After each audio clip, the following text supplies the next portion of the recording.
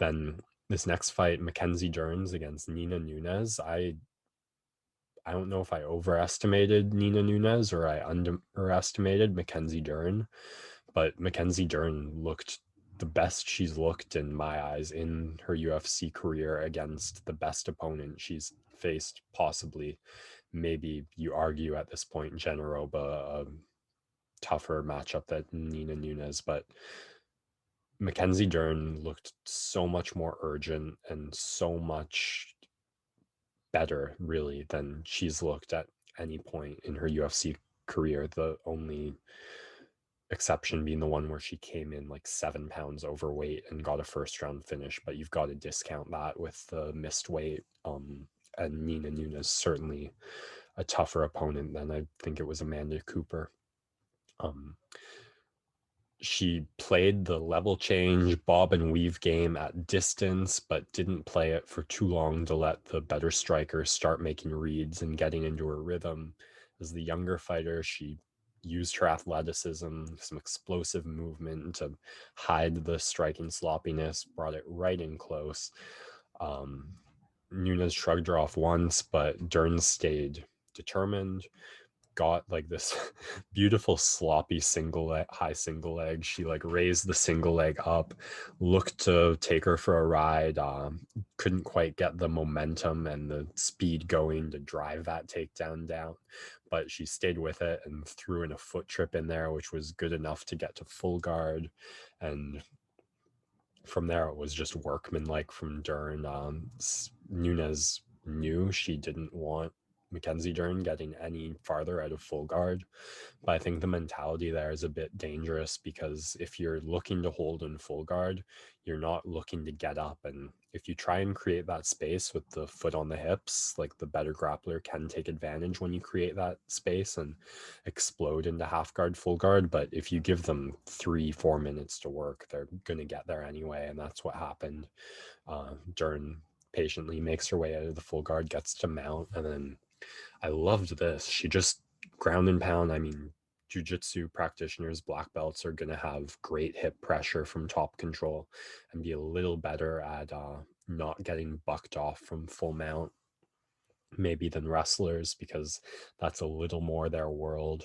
And Dern threw in a lot of ground and pound there and mount, just threatening, looking really dominant, but always looking. And as soon as Nunes gave up her arm one way to try and protect from the ground and pound, Dern snatched it. And again, Nunes knew what was coming. She did her best to hold on to that arm, and she almost made it out of the round. But again, Dern at that highest level of grappling is just, she had minutes to work. She was in a preferred position. She had an arm.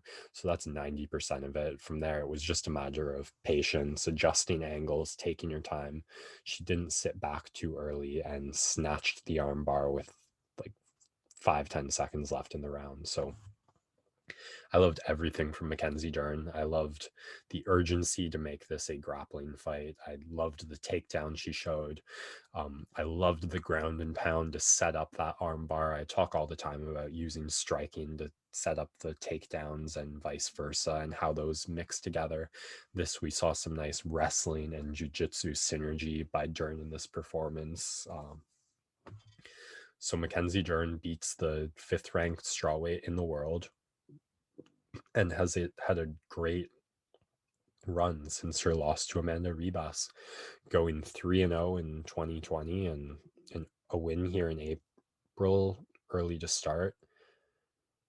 It's the question is, where does she sit in the strawweight division? Is she title ready champ material? And you look at the top of the division and it feels like there's no way right now. I mean, Joanna Jędrzejczyk, Weili Zhang, and Rose Namajunas are just a tier of elite level mixed martial arts higher than anyone else in the division. You've seen that play out in the really close fights that Jędrzejczyk has had with Namajunas the second time, and Weili Zhang in that crazy fight, and the dominance she put on Michelle Waterson, who fights close with everyone else, like a Carla Esparza and Angela Hill.